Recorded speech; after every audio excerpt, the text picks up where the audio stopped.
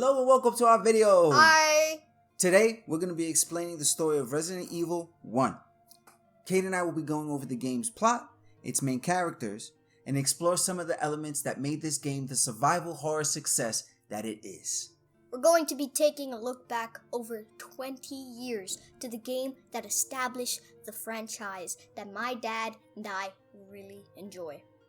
As I mentioned earlier, Resident Evil 1 is a survival horror masterpiece, and that emphasis on the survival aspect is felt by way of a limited supply of healing items, weapons, and ammo available to the player as they navigate through the game. But that's not where it ends.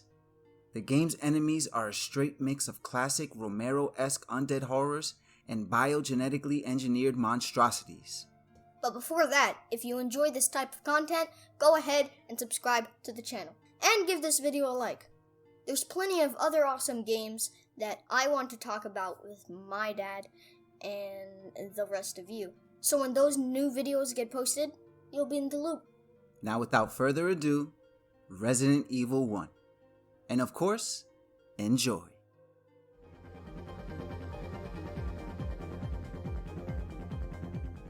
Developed and published by Capcom in March of 1996, Resident Evil released for the original PlayStation and debuted under the title of Biohazard for its Japanese release. The game puts the players in control of either Chris Redfield or Jill Valentine, members of Raccoon City Special Tactics and Rescue Services, or STARS team.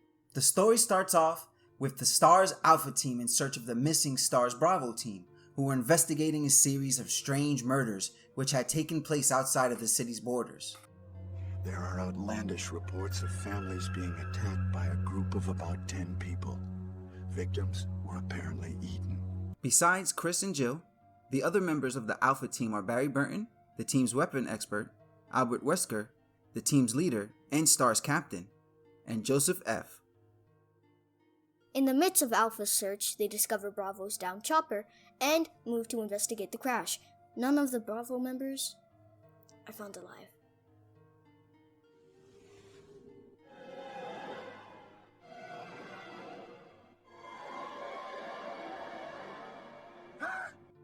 And this is where our story begins. Resident Evil. It's a night in July of 1998, and the STARS Alpha team is attacked by a pack of monster doggos. Joseph F. gets eaten alive, and the remaining team members take off running into the spooky dark forest. Oh, and Alpha's helicopter pilot, along with the helicopter, just takes off, abandoning the rest of the team. Thanks a lot, Brad! Luckily, Jill, Barry, Chris, and Albert quickly come across the Spencer Mansion, just existing in the middle of nowhere, and decide to hold up inside.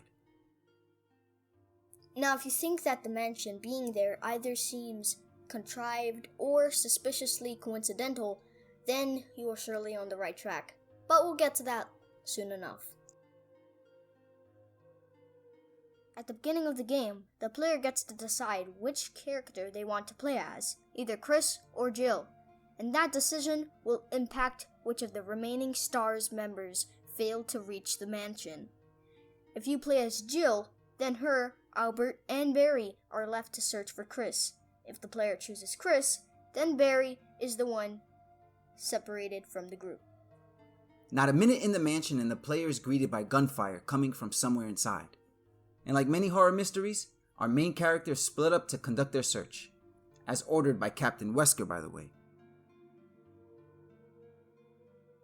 I also want to mention that there are several story beats that change depending on which character is being played. These changes don't dramatically alter the overall story, it mostly switches up which side characters become introduced and where.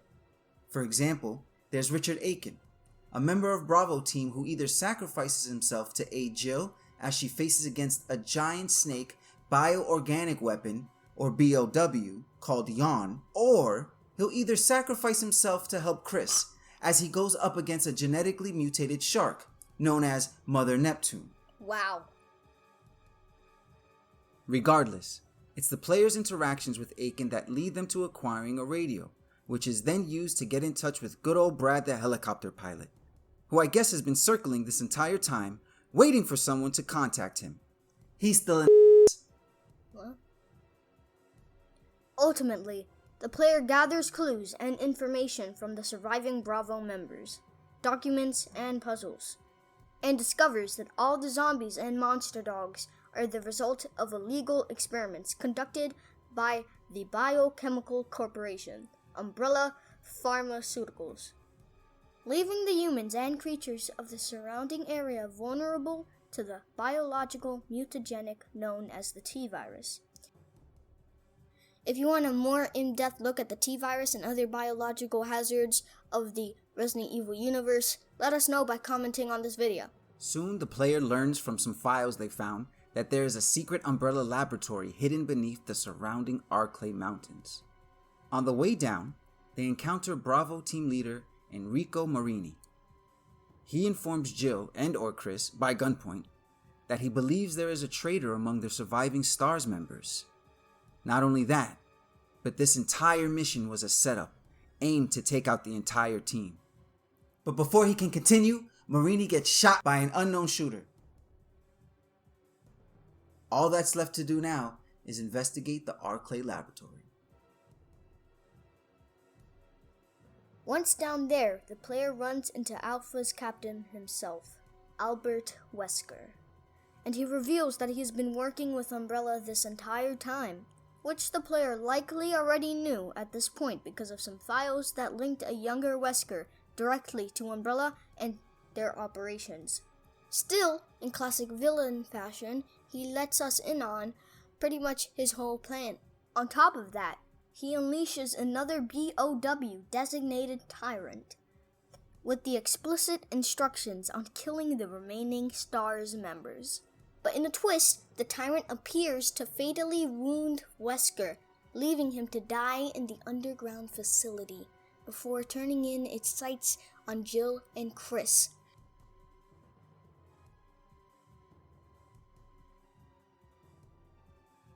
Eventually, the player defeats the tyrant,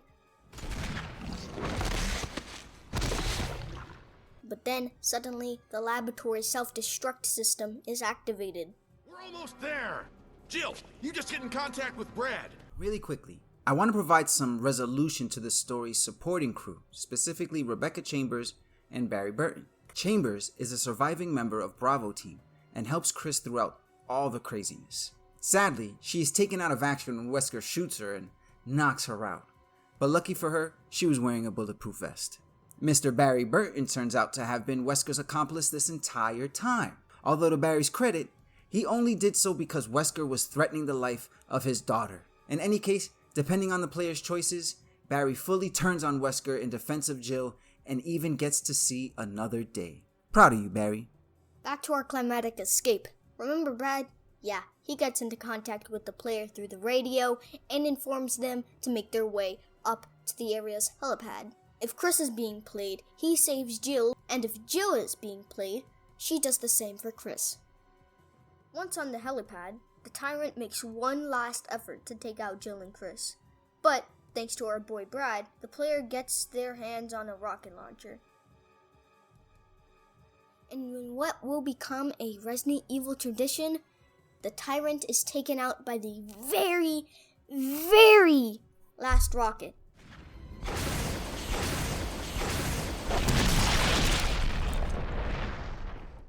And if we're going off the best possible ending available, the mansion is completely destroyed by the self-destruct sequence, and both Chris and Jill ride off, barely escaping with their lives, knowing too well the threat that Umbrella still poses to the world.